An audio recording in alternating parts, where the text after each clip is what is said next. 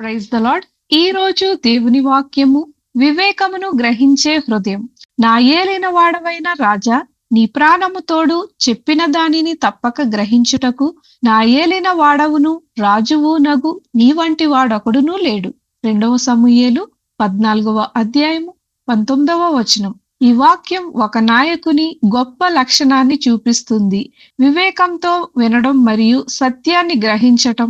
ఇక్కడ రాజు గురించి చెప్పబడిన మాట ఏమిటంటే, అతను చెప్పిన దాన్ని సరిగ్గా అర్థం చేసుకునే జ్ఞానం కలవాడు.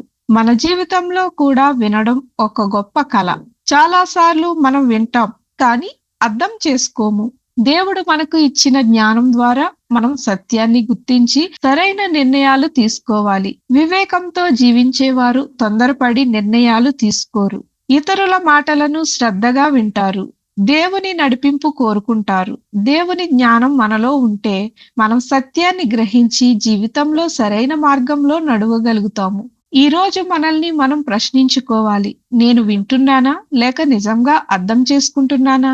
దేవుని జ్ఞానాన్ని కోరితే ఆయన మనకు వివేకమును ఇస్తాడు. ప్రార్థన. ప్రభువైన యేసు, నీ మాటలు విని నీ వివేకముతో జ్ఞానంతో ప్రవర్తించుటకు నీ కృపను మాకు అనుగ్రహించుమని యేసు నామములో అడుగుచున్నాము తండ్రి. ఆమేన్.